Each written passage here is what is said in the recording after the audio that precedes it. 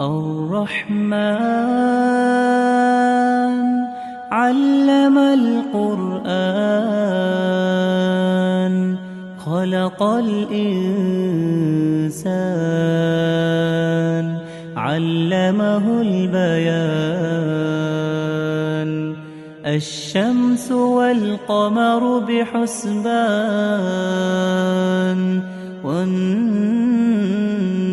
والنجم والشجر يسجدان والسماء رفعها ووضع الميزان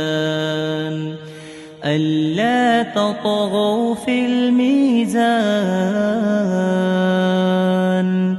وأقيموا الوزن بالقسط ولا تخسروا الميزان